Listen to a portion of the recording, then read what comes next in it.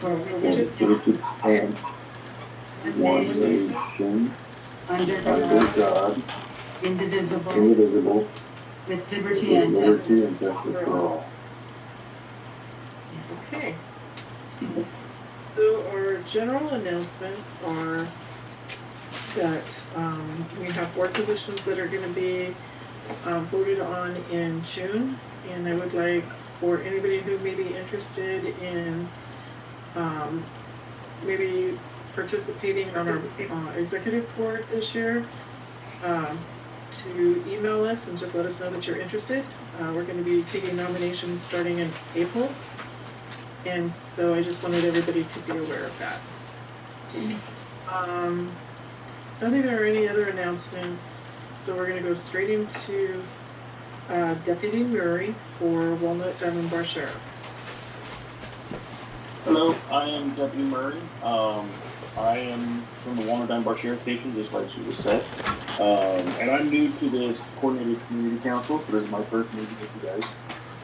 So I want to just introduce myself really quick. I've been at the Walnut Diamond Bar Station for about 7.5 years, and about 5 of that have been a part of the Rolling Heights Special Projects team. So I've worked with Tony Gonzalez, I worked with Louis Denver, and I continue to work with the community. Been excited for the Buckboard Parade every year, Taste of the Town, National Night Out, are all things that I really enjoyed, and it helped me become closer to the community of Rolling Heights. So I'm actually kind of excited to be a part of the council to help better the community itself. So getting right into it,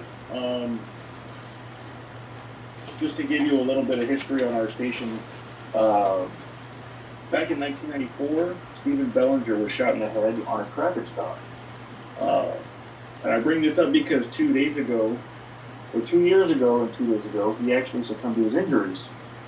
So our station actually celebrated his life by everybody wearing a Class A long sleeve with a tie uniform.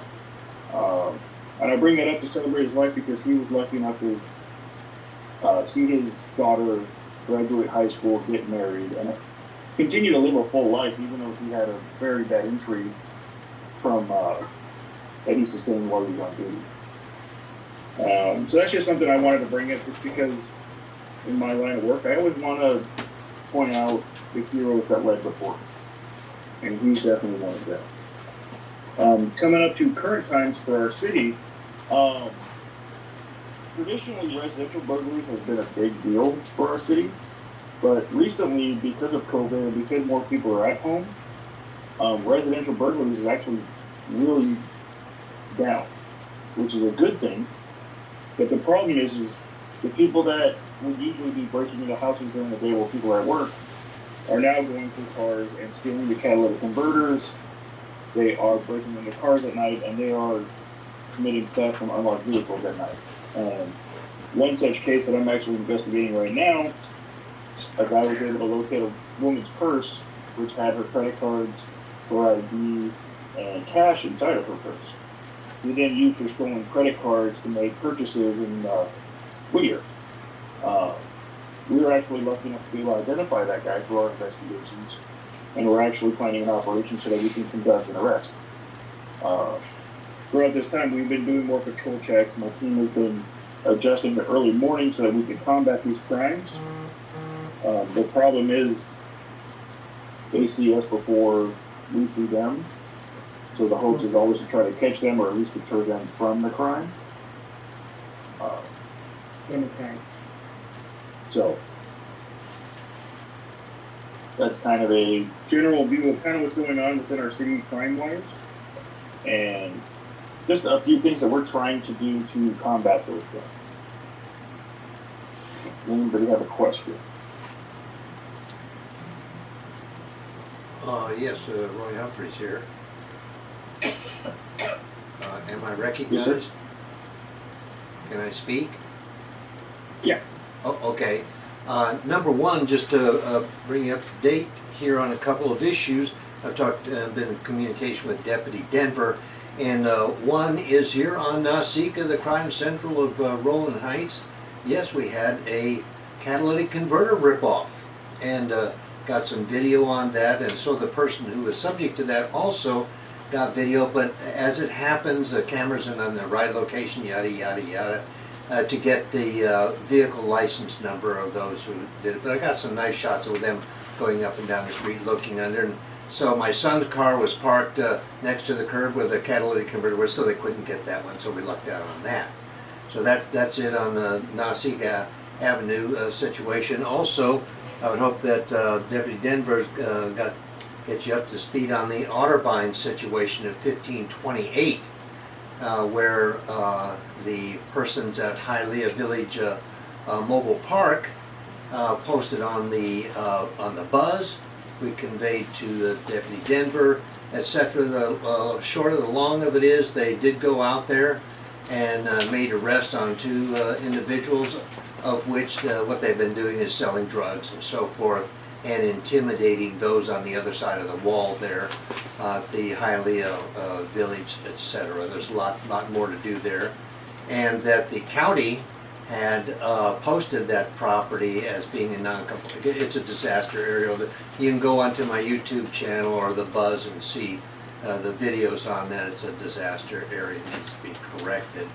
So those are just 2 little things, a little connection on it to let everybody know things are going on. I've been riding herd on that, and they had a hazard along the sidewalk. It took some endeavor to get it cleaned up, but whoever cleaned it up put all the trash into the gutter.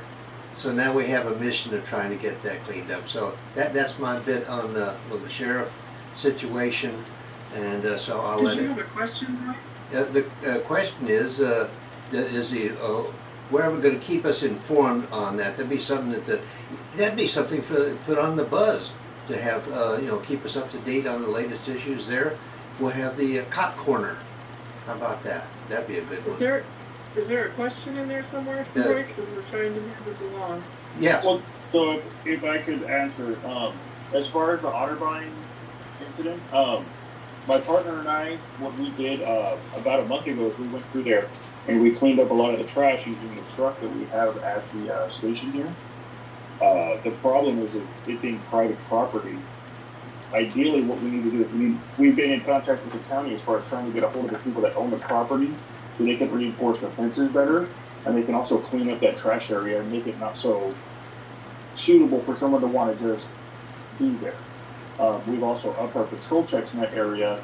Aside from that arrest that Deputy Denver told you about, there have been numerous other arrests, and also contacted people in that area to keep them away. As far as the video that you guys sent out for the catalytic converters on Nasika, all that information was sent off to our detectives so that they could continue to follow up on that. So we're actively following up on everything that we can, including Otterbein, including all the catalytic converter thefts. It's hard because a lot of times the cameras don't always get a good license plate read. So every time we do, like the one that I'm working on right now, we were just lucky enough to be able to recognize the guy based on his tattoo. And then from the tattoo, we were able to find out where he lived. And from where he lived, we found the car that he was using to drive around and break into cars. So sometimes you get lucky and you get everything that lines up. Other times, we just aren't able to find the information that we need to arrest anybody. Okay, good, great. Are there any other questions? Thank you, Deputy Mary. I appreciate your time tonight. Yes, ma'am. Thank you. Next up, we have Marco Inigas from California Highway Patrol. Hi, good evening, everybody. I'm going to talk about, go over some of the numbers that we have as far as traffic collision citations that we've done, and then a few incidents that we had.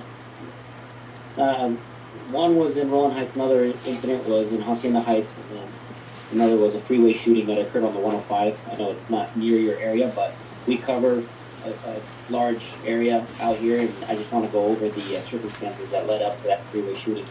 It just happened last night or the night before, so it's still being investigated. So I know we've been getting a lot of emails and calls. Supervisor Hahn's office has been emailing us, forwarding emails that they get from concerned citizens. A lot of it has to do with speed, right? There's a lot of vehicles that are speeding on our roadways. We did some enforcement recently for some of these, they call them meetups or sideshows. These guys racing and have large or loud exhaust. And I don't know if you guys have been on our Instagram or our Facebook page, but we had 3 nights ago that we arrested five vehicles, 5 drivers that were arrested for reckless driving. They were racing near everywhere. They start anywhere from the 60, they go down the 605, they jump on the 105, and they're all over the place. So we actually use our helicopter in this special enforcement. So we had 5 arrested. And the night before that, had 2 arrests that were down here off the 605, trying to race down the 605 freeway from the 60, and they ended up catching up to them down by our office on Telegraph. So you can see they're going well over 100 miles an hour. So that being said, we had 289 citations that we issued for people going over 65 miles an hour, and then we had 57 citations that were issued for people going over 100 miles an hour. We had 81 citations we wrote for people driving. The vehicle code violation is 22,350, so it's unsafe speed for the prevailing conditions. We had 81 of those, so we're getting close to like 300 to 400 citations that we're issuing just on speed, and obviously that's not everybody. I know we still get calls and we still get people, concerned citizens in neighborhood areas that are very upset, not only in Roland Heights and Hacienda Heights, but everywhere in LA County. People are driving very fast. Anytime we make stops, at least I try to tell them, to slow down and just think about it, as if it was their neighborhood. We still get a lot of people driving solo in the carpool lane. We got over 410 citations for that, and we get a lot of calls on that. People are upset because they're sitting in traffic and people are solo in the carpool lane. We wrote 400 citations for that last month in January. I'm just trying to get a general idea. I had here, we had close to like 3,000 enforcement contacts. 2,931 enforcement contacts last month. That's actually down from 4,400 from last year, but you can see we're still trying to make contacts. We're still trying to enforce the law, but we can't. A lot of things are happening in LA County, so we're still trying to do what we can as far as enforcing the law when we can, and we do it respectfully. Overall, we had in our area 400 traffic collisions that we investigated. Those are reports that we actually did reports for, but we had well over 1,000 traffic collisions in our area. Last year we had 700, so you can see that it's down by over 50%. But we still are seeing quite a few traffic collisions. We don't expect that to stop anytime soon, obviously, but we always encourage people to slow down. Don't drive distracted. It always seems to be the same spiel every time.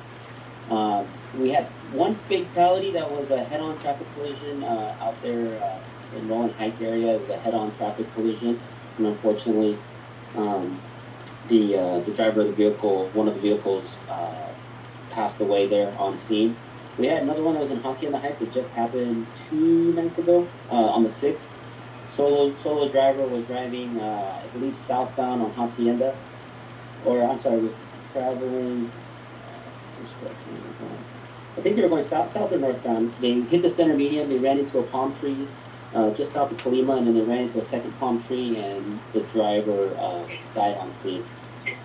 Then we had another fatality that happened on the 91 freeway. That was a solo vehicle, and we think there was alcohol involved in that. The driver ended up killing the front right passenger in a rollover crash. And lastly, we had it's like a road rage incident, I guess you could say. It happened on the 105 freeway. There was a vehicle that got cut off by this Honda Civic, and the driver of the other vehicle flashed its high beams at the Honda Civic, And as they continued at westbound on the 105, the driver of that Honda Civic slowed down and got next to the driver's side door of that other vehicle and fired several shots into that vehicle and then drove off the freeway on Lakewood Boulevard. So that is a fresh. I think that was 2 days ago it happened, or yesterday, so it's still under investigation. But I just wanted to highlight what is happening here as far as road rage incidents. We're getting a lot of freeway shootings. I think we're statewide, we're up over 400% with freeway shootings. So they are becoming more prevalent. So please be cautious. Call in any reckless drivers. We had a reckless driver that was called in, and we ended up finding 2 loaded handguns. That was also on our Instagram page. A lot of times we don't know why they're driving recklessly, but try to get a license plate if you can, general direction and description of the driver, and hopefully we have some helicopter. Usually we partner up with the sheriff's department. They're really good. Their helicopter's always around, and they'll try to get somebody. They'll try to find that vehicle if they're in the area. So that's all I have. If you guys have any questions? I have one. Some point of information. Is there a weight restriction on Fullerton Harbor? On Fullerton or Harbor? Yeah. As far as I know, I think it's going to be less than 5 tons. Okay.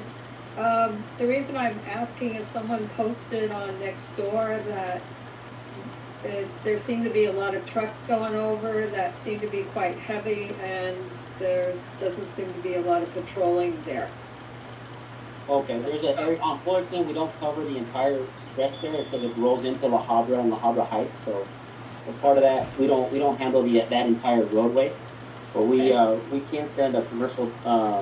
We can send one of our commercial truck drivers. I can send them an email, and I can have them check the area, and they have a lot better knowledge of weight capacity and specifications for those trucks, those larger trucks. Okay. Mm-hmm. Thank you. Are there any other questions? Yeah, I have a question. Okay. CHP man, would you advise in a moment of stark fear that, like on this guy comes up and beside you and fires a round at you, that instead of the normal instinct, hey, get off the road, do whatever, is to just ram the guy, because that way you tag him, and if you're going to go down, at least it's not going to be Roy, this isn't like the Wild West, Roy. That's what it is. Get out there. It's high noon. With the person. No, I think you know the answer to that. But at the very least, what we tell everybody, be a good witness and try to get some information for us. I mean, we always run into issues where they say they're going one direction and then they end up going the opposite direction. People don't have a general idea of where they are either. Everyone's fixated on their GPS, and they just they just type it into their phone, and they're oblivious to the rest of the world. I'm fixated on I need to get to this location, and then when they get in a traffic collision, our dispatchers try to ask them, okay, where are you? And I don't know, I'm on the freeway. I'm somewhere on the freeway. I don't know where I am. Okay, are you north or south or east or west? I don't know. I don't know where I'm at. So that's something we have presentations we do. I try to teach people to have a general idea of where you are and have a good knowledge of north, south, east, west, so that if you do get in a traffic collision or an incident like this does happen, you can give very good, accurate descriptions of what is happening and where it's happening. You'll be surprised. Some people think they're on the 605 freeway, and they're actually on the 5 freeway over by downtown LA, and they're nowhere near where they said they were. So I mean, that happens quite often. So be a good witness. Please, pay attention to when you're driving. 100% of your attention should be on driving when you're driving. I mean, I think we all kind of know this, but it's always good to reiterate that. Don't be distracted by anything if you can avoid it, and just get to where you need to safely. Have a general outline of where you're going. Know what freeways you're going to take. Don't change lanes at the last second to get to that freeway that you needed to get to because your GPS was buffering, and then suddenly your GPS is telling you to exit the freeway, and now you're trying to cut 4 lanes of traffic. And just one more point on that, as far as location goes, that something I find very helpful, and your guys would know too, is those exit markers. You know, if you see it says exit 13B, that really can help you home in. Yes. Absolutely. Thank you. Are there any other questions? You, Marco. You're welcome. Appreciate your time. Hey, I have Lynette Choi from Young Kim's office. Hi everyone, Lynette? this is Lynette Choi from Congressman Young Kim's office. I'm the district director, and so good to join everyone and introduce myself and be with all of our Rolling Heights residents. I also want to introduce Abigail Craftman, who's going to be the field representative for this area. So we just want to introduce ourselves, say hi, and let you know that we're here to serve you and be a resource for you. And I'll also let Abigail say a few words and give a quick update. Thank you. Hello everyone, good evening. I'm Abigail Faxman and I'm a field representative from Congresswoman Young Kim's district office representing Rolling Heights. So I'm glad to be here and I wanted to give a few updates on what the Congresswoman has been doing. So the Congresswoman Kim has been assigned to 3 House committees, the Committee on Foreign Affairs, the Committee on Science, Space and Technology, and the Small Business Committee, where she's serving as a ranking member on their subcommittee on innovation, entrepreneurship, and workforce development. So we're excited to be serving there. Congresswoman Kim has also introduced a number of bills along with her colleagues, notably the SALT Deductibility Act, which would roll back the cap on SALT deductions, as well as the $160 billion Defeating COVID-19 Vaccine Distribution Program, which would allocate the funds towards getting the distributing and administering the vaccine, as well as getting tests and PPE out to our constituents. As for our district office, we are in the process of setting up our office in Placentia. We are looking forward to greeting our constituents there soon, but in the meantime, you can always contact us through our website, youngkim.house.gov. And also one more thing, sorry. Congresswoman Kim is also introducing another bill on Thursday, the Lunar New Year resolution, and we wanted to wish everyone a happy and safe Lunar New Year. So that's going on, and we'd love to hear from you, and we're excited to work with you and work for you for the community of Rolling Heights. I've got one question. Placenta's rather far. Are you going to have a satellite office in this area?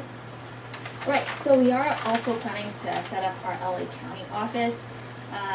We are still looking for a location for that, but that is in the works, and we'll have that up on our website as soon as we decide on that.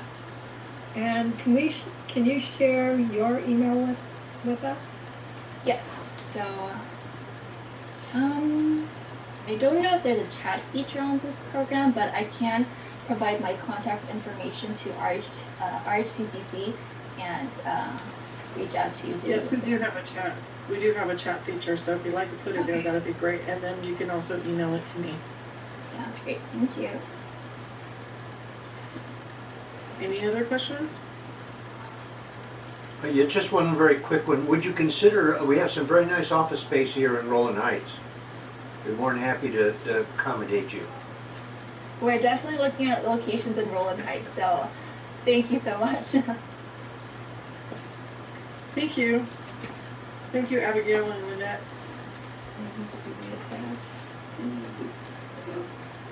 Okay, thank you very much, and we're moving on to Josh Newman's office. Erica Lucia. Yes. Hi everyone, my name is Erica Lucia, and thank you to the Rolling Heights Community Coordinating Council for having me this evening. I am Senator Newman's district representative for Rolling Heights. I'm glad to meet you all today, and I'm here to make an introduction to the Senator's office and to let you know that we are here and we are open to work for you. We are getting our district office up and running. We are all working remotely as staff, but we are a full-fledged office. The office is currently in Brea, and I have the phone number and our contact information in the chat right now, so you should be able to access that. And I want to let you know that we are offering all constituent services, so if you are having troubles with contacting a state agency, we are happy to help you and take on that casework. And I've also provided my email address if there's anything that you need. And to give you an update on what the senator is working on, Senator Newman was appointed as chair of the Senate Special Committee on Pandemic Emergency Response.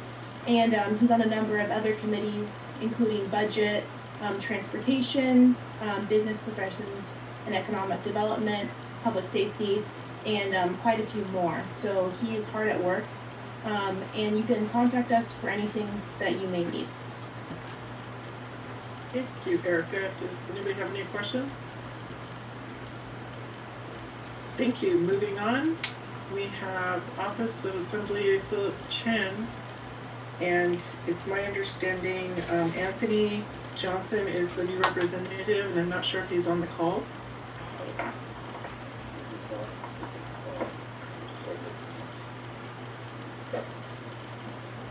Is Anthony Johnson on the call? Okay. Next we'll have Lauren Yokomizo from Supervisor Hahn's office. Hi everyone. I apologize, for some reason I'm having a little bit of difficulty with my internet, so joining you by phone. To start off, I just wanted to briefly thank everyone for what you're doing to stay safe and keep others safe during this time. While we have a lower number of COVID cases compared to what we were seeing in January, so in fact that we have been able to reopen sectors, as you very well know. We still want to remind everyone to stay vigilant and to not let your guard down. That's just something I wanted to mention right up front. In terms of the vaccine, Supervisor Hahn has been an advocate for the 65 and older group. Tomorrow, she will be asking public health about their plans for rolling out the next eligible group who are to get the vaccine. So those who are included in phase B. She's asked for a detailed plan and some coordination. She did that through a motion that she put forth a couple of weeks ago. So tomorrow, Public Health is going to be reporting back on some of the details for rolling out this next phase of the vaccine. And lastly, I just wanted to let you know that the restaurant voucher program that the supervisor is providing throughout our district, the Rowland Heights Chinese Association is administering that program, and they've delivered checks to all of the participating restaurants and are working on getting checks out to families and individuals who are in need. So if you're not familiar with this program, Supervisor Hahn gave a grant to restaurants in Rowland Heights so that they could provide restaurant vouchers to needy families and individuals. And if you know any individuals or families who are in need, you want to be able to not only support the restaurants during this time, also families who may be impacted or in need. So you can send any referrals our way, or you can send any referrals to Carrie Chen with the Chinese Association. All right, so that's what the program's about. That's all I have. If anyone has any questions, happy to take any questions. Unmuted. Hi, Lauren. This is David Malkin. I just want to say that Carrie Chen did a really nice job on that distribution, identifying the restaurants and getting people involved, and did a real nice job. Great. Happy to hear that. Thanks, David, for working with us, and and Carrie as well. I have a couple of questions. Lauren? Who's next? Go ahead, Roy. You're first. I'm first. Okay, Lauren, have the supervisor or you all are you aware of, and have you taken any measures to our website? And we just redid our website. It's a brand new website. I'll appreciate any feedback you have. If you have any recommendations for changes or anything, just let me know, and I'll see that it gets directed to the school district. But it's a big improvement over what our website used to be like. And then Roland Unified School District is currently accepting applications for 2 provisional board members for trustee areas 1 and 5 in our district. Angelina Pride and Lynn Embekamp had to resign off the board because of job-related or personal issues. And so since there's less than 2 years on the term, we're accepting provisional applications. The application window runs now through February 16th at 5 p.m. So you have until February 16th, 5 p.m. Candidates will be interviewed at our February 25th, 2021 board meeting. So if you submit an application, it will be reviewed, and then those that meet the qualifications will then be interviewed at the board meeting at an open board meeting. It is not a closed board meeting, it's an open board meeting.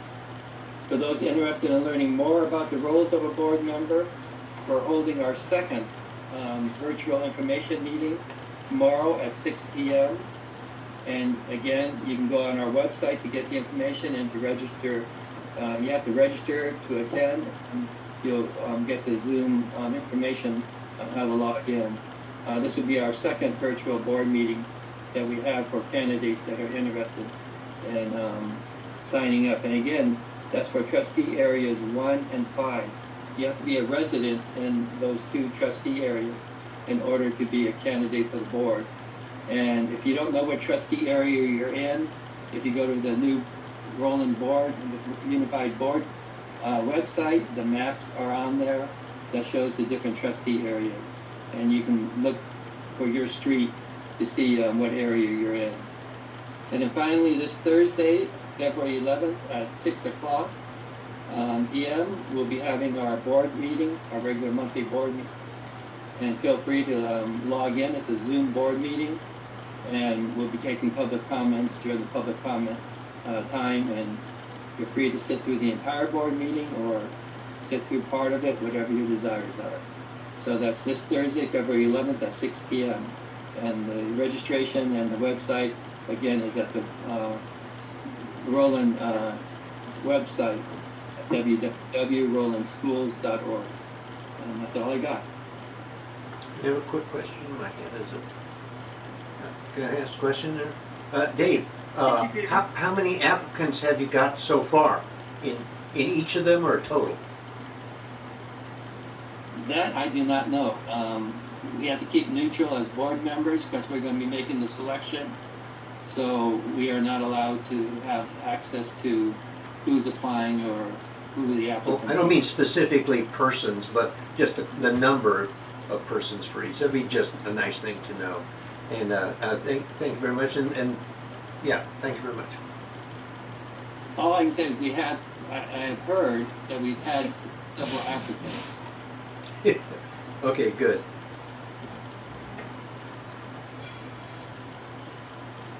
Thank you, David. Do we have any other questions? Okay, moving on to Mount SAC board member Judy Haggerty. Good evening. On SAC, we are wrapping up the winter intersession. It's online, of course. Our spring semester will start this month and will still continue to be online. The 2 programs, the health professions and public safety programs, will be able to hold classes and lab on campus under the state guidelines. For some of you, if you saw a big tent on our parking lot, I can explain. It's 82 feet by 98 feet by 13 feet tent. The white tent is it's rented for fire academies classes, and we can hold 40 students in there with social distancing. So we have to be creative for the outdoor classes. Lastly, good news, we will be receiving about $34 million from the U.S. Department of Education for the additional $21 billion funding for the higher education. So we will be, to ensure that our students continue to learn during the pandemic period. So that's my report. Thank you. Thank you, Judy. Does anybody have any questions? Hearing none, we'll move forward to our presentation for the evening, which is San Gabriel Valley, Los Angeles County Department of Public Health.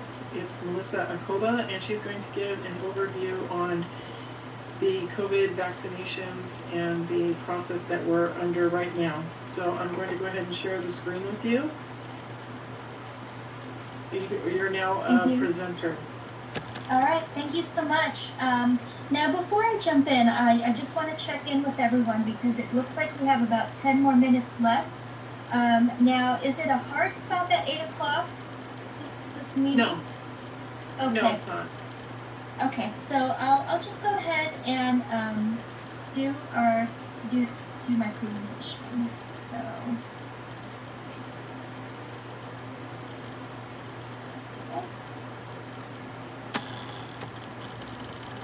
Okay.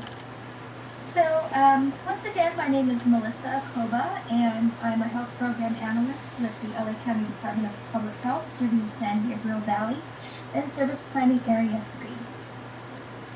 And before we jump in, I'd like to go ahead and start with a few statistics here. Now, out of a total population of 51,022 people, there have been a total of 3,400 cases of COVID-19 since the beginning of the pandemic, and this information is current as of February 6th. This is an increase from 2,620 on January 9th. The case rate is 6,664 per 100,000 residents, and this is an increase from 5135 on January 9th. There have been a total of 42 deaths, and this is an increase from 32 on January 9th. And the death rate is currently 82 per 100,000 residents, up from 63 on January 9th.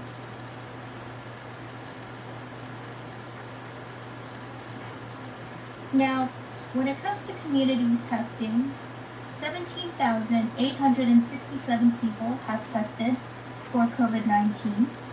The person's tested rate is 35,018 per 100,000 residents. The number of people testing positive for COVID-19 is 3,183, and the person's positive rate is 6,238 per 100,000 residents. This table here shows a listing of non-residential settings that meet the criteria of having 3 or more laboratory-confirmed COVID-19 cases, and these include workplaces and food and retail stores. So these places were considered to have had an outbreak. What we did is we looked at communities surrounding Rowland Heights, including the City of Industry, Diamond Bar, Hacienda Heights, La Habra South, San Jose Hills, Belinda, and Walnut. And as you can see from this table here, the majority of cases are in the City of Industry. This table shows residential, congregate, and acute care settings meeting the criteria of having at least 1 laboratory-confirmed resident or 2 or more laboratory-confirmed staff in long-term care facilities that are not skilled nursing facilities, or 3 or more laboratory-confirmed staff in shared housing. And again, this information is current as of February 6th. Here, we have 3 facilities in Hacienda Heights, 3 in Diamond Bar, and 1 in Walnut.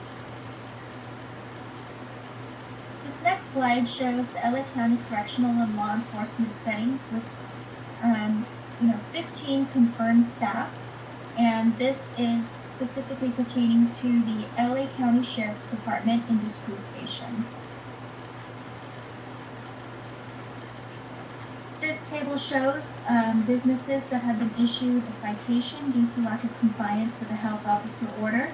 As you can see here, one facility was a gym and fitness center in Hacienda Heights, another was an office site in the City of Industry, and another one was a restaurant that seats 151 people or more in Hacienda Heights. And this is our data dashboard, which shows the number of skilled nursing facilities in Rowland Heights, and there's only one. And for this facility, there have been no new cases and no new deaths, and 350 new tests have been administered to both staff and residents.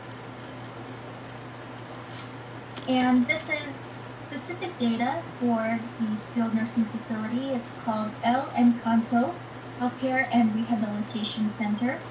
As you can see here, it shows the number of licensed beds, the total staff, and the total number of residents. And it shows that the cumulative number of cases is 24 among staff and residents, and that's for the entire pandemic. There have been no new deaths, and this table right here on the right-hand side shows that they are fully stocked with personal protective equipment. Now, all of this information can be found on the COVID-19 website. Again, information and guidance is consistently changing, so we ask you to check this website regularly. The address is publichealth.laccounty.gov/media/coronavirus. And here we have multiple materials that are available in language, in many different languages, to reach the many different populations that you work with. We'll have information on what's open in LA County, which is especially pertinent given the new health officer orders. It also has information on what to do if you're sick or exposed, testing, local data, resources, and of course you can dial 211 for additional resources. So that concludes our presentation on statistics. Now we'll move on to talking about the vaccine. Now, before we move into the vaccine, we do have a quick disclaimer. Information about COVID-19 and vaccination changes frequently. This information is current as of today, February 8th, and the vaccines described are made by Pfizer and Moderna, the only vaccines that are currently available in the United States. And for more up-to-date information, I would encourage you to visit the CDC's website that's specifically dedicated to the coronavirus and vaccines. And the LA County Department of Public Health also has its own website specifically dedicated to the vaccine, and you can find that at vaccinatelacounty.com. So here's what we're going to cover today.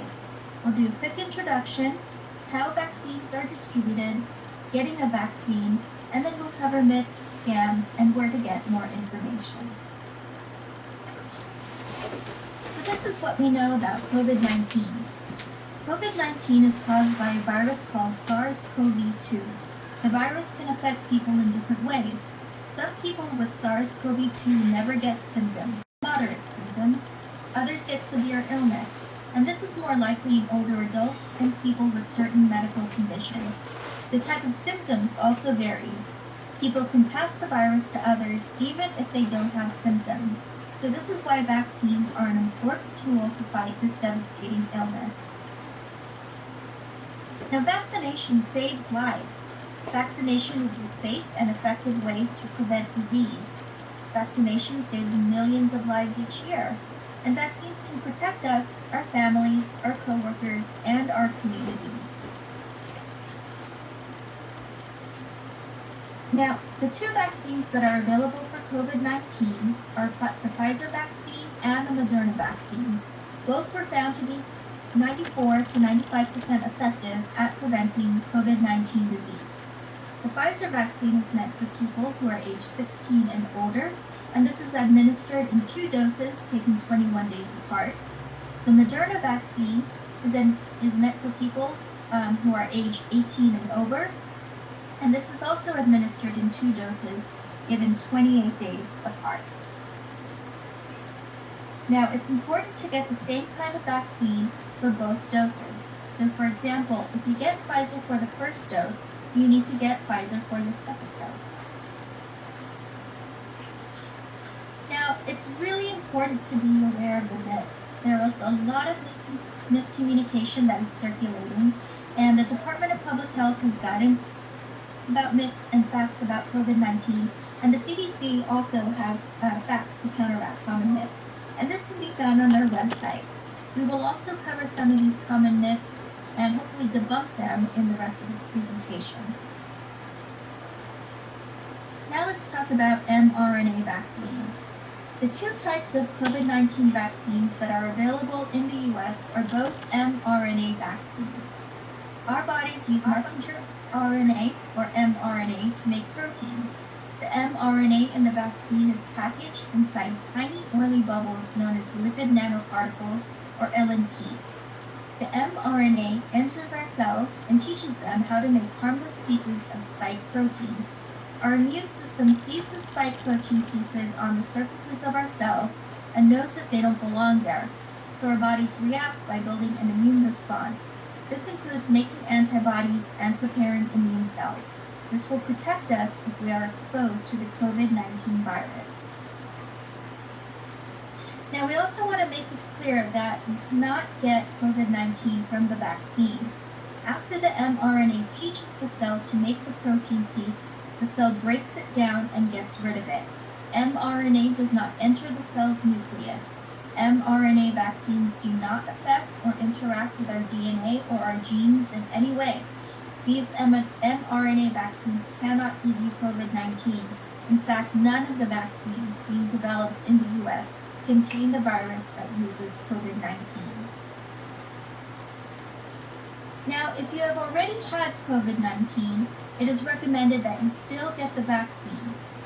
We don't yet know how long you are protected after you have had COVID-19, but we do know that you can get COVID-19 more than once. It is important to have the vaccine to strengthen your immunity. It is safe to get the vaccine after getting COVID-19. You'll just need to wait until your isolation period is over to protect healthcare workers and other people who are getting their vaccines. You'll also have to wait 90 days if you have had monoclonal antibody treatment for COVID-19. So now let's talk a little bit about the development of the vaccine. Now, developing a new vaccine usually takes years. Scientists had a head start because they had studied similar viruses and mRNA vaccines. So, and just to note, the mRNA vaccines use technology that is new, but it is not unknown. So, for example, mRNA vaccines have been studied for influenza, for Zika, for rabies, for cytomegalovirus, for over 10 years. And also, the government spent a lot of money to pay companies and scientists to work around the clock. Researchers used existing networks to conduct COVID-19 vaccine trials, and every step that was required to make sure a vaccine was safe and effective was followed. The important thing to note here is that some of the steps were done at the same time instead of one after the other. Again, we want to reiterate that safety of COVID-19 vaccines is a top priority. After the vaccines are authorized, the FDA and CDC continue to monitor the safety of vaccines. And one of the ways they do this is through an app called VSafe, which is a new text messaging app that tracks people who've been vaccinated. And the CDC is also following up with people who are originally included in the clinical trials. Any possible problems will be quickly investigated to find out if the issue is related to the vaccine. Now let's talk about how the vaccine are allocated. The vaccine is being given to different groups of people in different phases. Priorities are based on risk of becoming ill and the need to keep the healthcare system and society functioning as much as possible. And these decisions are made in a fair, ethical, and transparent way. The CDC recommends who gets vaccinated, but it is up to each state to make the final decision. Los Angeles County works on the distribution of the vaccine. In fact, the Los Angeles County Department of Public Health is responsible for carrying out the state's plan, deciding exactly how vaccine distribution will be carried out, where the vaccines will be given, who will be giving the vaccines, and how the county will make sure that everyone has a chance to get a vaccine when it is offered to people in their phase. Unfortunately, there won't be enough supply for everyone until late spring or summer of 2021, but we can assure that the vaccine will be free for everyone. Okay. So I'd also like to direct you to this website here. Again, you can find it at vaccinatelacounty.com, where you can get information about when you may be eligible for the vaccine. We are currently vaccinating healthcare workers, staff and residents at skilled nursing facilities and long-term care facilities, and LA County residents who are 65 years of age and older. The next phase will include education and child care staff, emergency services workers, and food and agriculture workers.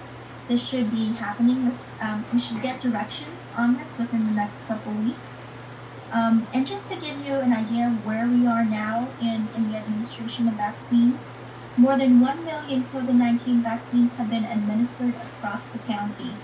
Of those vaccinated, over 200,000 people have received second doses. There are 360 vaccination sites operating in LA County, including vaccination sites operated by LA County, LA City, hospitals, pharmacies, and federally qualified health centers. But due to the limited supply of vaccine, appointments fill up fast, and the majority of appointments at the large capacity vaccination sites are being booked for second doses. But we're hopeful in the coming weeks that more vaccines will become available. Just last week, Johnson & Johnson submitted an application for emergency use authorization to the FDA, and we look forward to reviewing the data. I'm going to pause for a second there. Did you want to say something?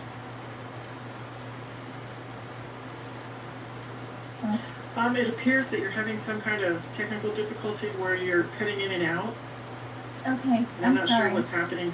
I don't know if we... Are you able to hear me now? I can hear you now, but we were having problems whenever you were explaining who could get it. Okay, let me go ahead and do that one more time. Is that okay? Yes. David, we haven't been having any problems at all. She's been coming through real loud and clear. Okay, I'm sorry. Then maybe it's just my computer. I don't know what's going on. It just comes in and goes out. So, never mind, Melinda. Go ahead. Okay. All right. So yeah, I just wanted to direct you again to vaccinatelacounty.com, where you can sign up for an appointment if you are eligible. Residents with internet access and a computer should use the website to sign up for an appointment when eligible, or to see when their turn is coming up. Now, we also have a call center that's available and reserved for people with disabilities or who don't have a computer or internet access. And we ask that you, if you can get on a website, please use the website, because we really do want to, keep the lines clear for, folks who can't get an appointment otherwise. And I'll put that information in the chat, but just so you know, it is available 7 days a week, from 8 a.m. to 8:30 p.m.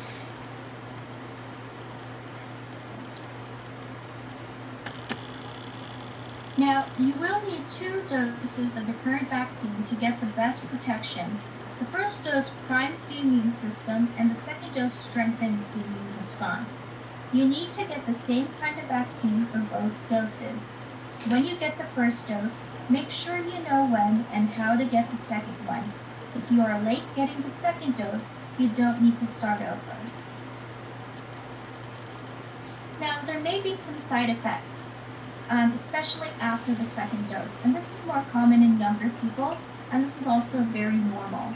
So it's quite similar to what you get after you get the flu shot. So it includes fever and muscle aches, headache, feeling tired, and having a sore or red arm. These side effects are generally short-lived, so maybe only 1 or 2 days. But these side effects indicate a good immune response. It's important to return for the second dose, even if the first dose has unpleasant side effects. Now, the vaccine will not cause you to test positive on a COVID-19 PCR or antigen test. The viral test, or PCR, antigen, or swab test, looks for current infection, so the vaccine won't cause you to test positive. The antibody, or blood test, looks for past infection, so you may test positive after getting a vaccine, because the vaccine teaches your immune system to make antibodies. Now, it is still important to get the flu vaccine, and the reason why is because we want to avoid getting both infections at once. We also want to avoid confusion between flu and COVID-19 and unnecessary isolation and quarantine. This also helps the healthcare system.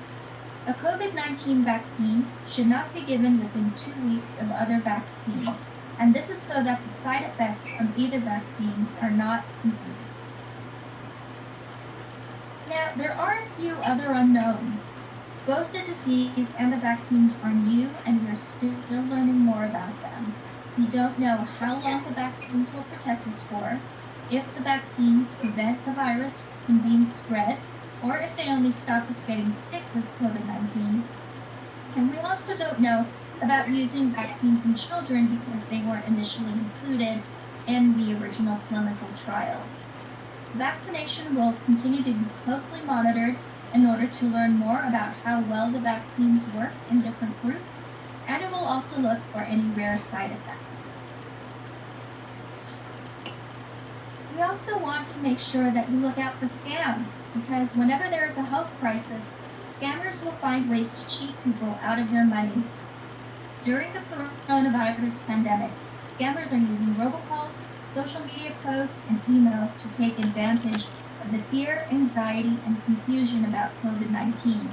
So if someone says that they can get you a special low-cost deal or get you the vaccine under the table, get you a place on the waiting list, sell you a vaccine or miracle cures, it is a scam.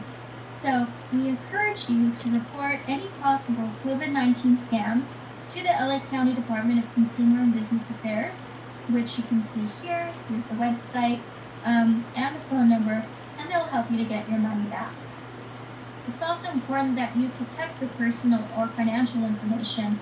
Whenever you get calls, texts, or emails, just be very careful about what you share. And again, it's very important that you do get reliable information. So again, I'd like to refer you back to our website, vaccinatelacounty.com. You can learn more about the vaccine, including what's happening in LA County. We also have a newsletter that you can sign up for with regular updates. And the CDC also has a wealth of information, as well as links to additional resources on the CDC website. So just Google CDC COVID-19 vaccine. And in conclusion, it's still important that we continue to take steps to stop the spread. While you wait for a vaccine, and even after you are vaccinated, it is important to wear a face covering, avoid close contact and crowded spaces, wash your hands often, clean and disinfect frequently touched surfaces, and follow isolation and quarantine guidance. So, the vaccine is 95% effective at preventing COVID-19 illness. And this is a really high level of protection for a vaccine, but there's still a chance that you can get sick with COVID-19 even after receiving both doses. We don't know if it prevents transmission yet, only that it prevents disease. It can take up to 2 weeks after the last dose to get the best protection. And if you get symptoms of COVID-19, even if you have been vaccinated, you still need to isolate. If you have been in close contact with someone with COVID-19, even if you've been vaccinated, you still need to quarantine. So it's going to take some time to vaccinate all Americans. And while the vaccines are being delivered, it's important that everyone continue to take all steps to prevent the spread of COVID-19. Stopping this pandemic is going to take all of our tools. So with that said, I'd like to move on to the Q&A part of our presentation. And I also want to mention that my colleague Jocelyn Estianda is also with the Department of Public Health, and she is on the line as well to answer your questions. Carla, you have a question? Yes, I want to thank you very much for giving an excellent presentation. I thought it really was great, and thank you for taking the time to come to us. I have one small question, is about the strains. From what we've been hearing in the news, that there is a strain in LA County that, or actually in California, and I was